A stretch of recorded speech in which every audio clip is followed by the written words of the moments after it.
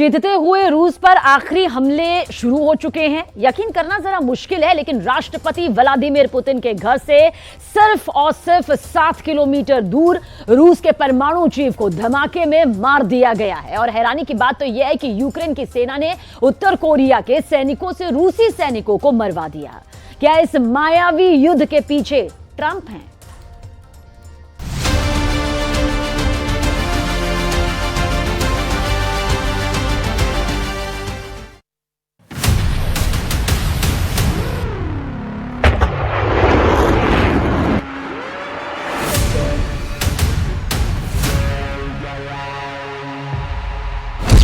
रूस पर ट्रिपल हमला, ट्रंप का पर्दाफाश।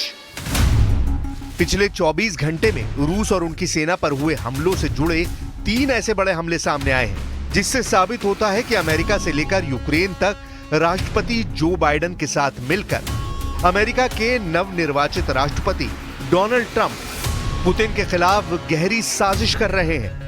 महज 24 घंटे के अंदर यूक्रेन के साथ मिलकर कुछ पश्चिमी खुफिया एजेंसियों ने पुतिन के बेहद करीबी और रूस के परमाणु प्रोग्राम के chief lieutenant general Igor Kirillov को एक जोरदार धमाका करके मार दिया है। दूसरी बड़ी खबर यह है कि रूस के कुर्स्क इलाके में यूक्रेनी सेना पर हमला करने के दौरान उत्तर कोरिया के सैनिकों ने रूसी सैनिकों को गोलियों से भून डाला है। दावा किया जा रहा है कि यूक्रेनी सेना ने उत्तर कोरिया के सैनिकों को भ्रमित कर दिया। तीसरी खबर तो और भी हैरान करने वाली है। दावा किया जा रहा है कि अमेरिका के नवनिर्वाचित राष्ट्रपति डोनाल्ड ट्रंप ने अब यह कहना शुरू कर दिया है कि रूस और यूक्रेन जंग को रोकना बहुत ही मुश्किल है। ट्रंप के इस बयान को रूसी सरकार एक बड़े युद्ध का संकेत मान रही है। रूस यूक्रेन जंग में अब वो हो रहा है जिसकी किसी ने कल्पना नहीं की थी। जिस रूस ने यूक्रेन के 5 नए इलाकों पर कब्जा करने का दावा किया है, वो रूस जंग के जीतने के आखिरी दौर में ऐसे धमाकों से दहल रहा है जिसका अंदाजा राष्ट्रपति पुतिन को भी नहीं था। 300 ग्राम का धमाका, मारा गया रूसी परमाणु जनरल। 1000 दिनों से ज्यादा की जंग में रूस का अब तक का सबसे बड़ा रूसी जनरल मारा गया है। खबरों के मुताबिक रूस के परमाणु जैविक रासायनिक रक्षा बलों यानी एनबीसी के प्रमुख लेफ्टिनेंट जनरल इगोर किरिलोव को एक धमाके में मार दिया गया है। दावों के मुताबिक मॉस्को में एक इलेक्ट्रॉनिक स्कूटर में छिपाए गए बम से रूस के परमाणु chief lieutenant general Igor Kirillov को मारा गया। लेफ्टिनेंट जनरल इगोर किरिलोव के साथ उनका असिस्टेंट भी मारा गया। लेफ्टिनेंट जनरल किरिलोव को राष्ट्रपति पुतिन का बेहद करीबी माना जाता था। हैरानी की बात तो यह है कि मॉस्को में राष्ट्रपति भवन से मात्र 7 किलोमीटर की दूरी पर यह धमाका किया गया है। यूक्रेन की सिक्योरिटी सर्विस ने दावा किया है कि उन्होंने इस हत्याकांड को अंजाम दिया है। रिपोर्ट के मुताबिक इगोर किरिलोव अपने अपार्टमेंट से बाहर निकल रहे थे कि तभी पास ही पार्क एक स्कूटर में ब्लास्ट हो गया। कहा जा रहा है कि धमाके के लिए सिर्फ 300 ग्राम टीएनटी का इस्तेमाल किया गया था। धमाका इतना तेज था कि इससे इमारत आंशिक तौर पर क्षतिग्रस्त हो गई। किरिलोव की मौत के बाद रूसी संसद के डिप्टी स्पीकर ने कहा है, बेहद सोच समझकर प्लानिंग के तहत अंजाम दिया गया है। लेफ्टिनेंट जनरल इगोर किरिलोव की हत्या का बदला लिया जाएगा। В результате его детонации утром 17 декабря погиб начальник войск радиационной, химической и биологической защиты вооруженных сил Российской Федерации Игорь Кириллов и его помощник.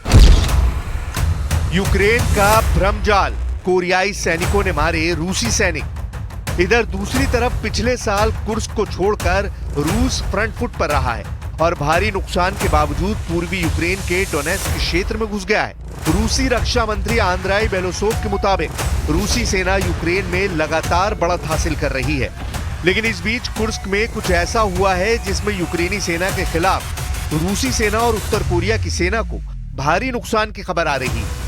दावा किया जा रहा है कि रूस के कुर्स्क इलाके में रूसी और उत्तर कोरियाई सैनिकों ने मिलकर यूक्रेनी सेना को खदेड़ दिया है, लेकिन एक मोर्चे पर यूक्रेन की खुफिया सेना ने ऐसा भ्रमजाल तैयार किया कि उत्तर कोरिया के सैनिकों ने यूक्रेनी सैनिकों की बजाय रूसी सैनिकों पर ही हमला कर दिया। यूक्रेन की खुफिया सेवा का दावा है कि यूक्रेन में पुतिन की सेना के साथ लड़ रहे उत्तर कोरियाई सैनिकों ने रूसी सैनिकों को ही मार डाला है। दावा किया जा रहा है कि उत्तर कोरिया के सैनिकों ने कुर्स्क इलाके में रूसी सैनिकों पर उस वक्त हमला किया जब रूसी सेना ने यूक्रेनी सैनिकों को चारों तरफ से घेर लिया था। इस दौरान यूक्रेन की खुफिया सेना ने चालाकी दिखाते हुए उत्तर कोरिया के सैनिकों को यह भरोसा दिला दिया कि वो यूक्रेनी वर्दी में रूसी सैनिक है और सामने मौजूद रूसी सेना की वर्दी में यूक्रेनी सैनिक है। इसी भ्रमजाल के चलते उत्तर कोरिया के सैनिकों ने रूसी सैनिकों को मार दिया। जैसे ही 8 रूसी सैनिक मारे गए, तभी यूक्रेनी सेना ने उत्तर कोरिया के सैनिकों को गोलियों से भून दिया, जिसकी वजह से 30 उत्तर कोरियाई भी मौके पर मारे गए।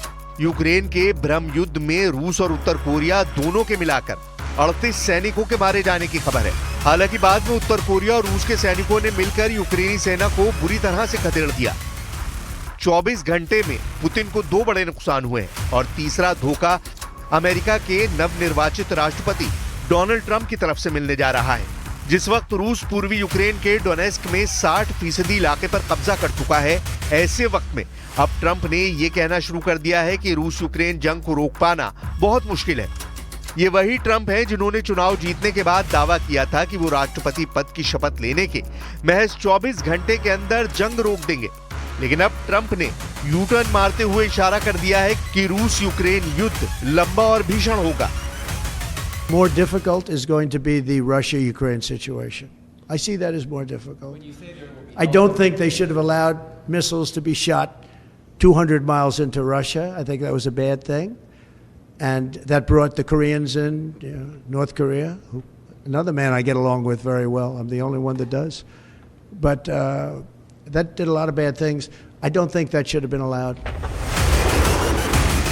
कुल मिलाकर हालात ये हो गए हैं कि अब पुतिन को लंबे वक्त यूक्रेन जंग करनी पड़ेगी और हो सकता है कि अमेरिका से रूस की सीधी जंग 20 जनवरी 2025 के बाद शुरू हो जाए।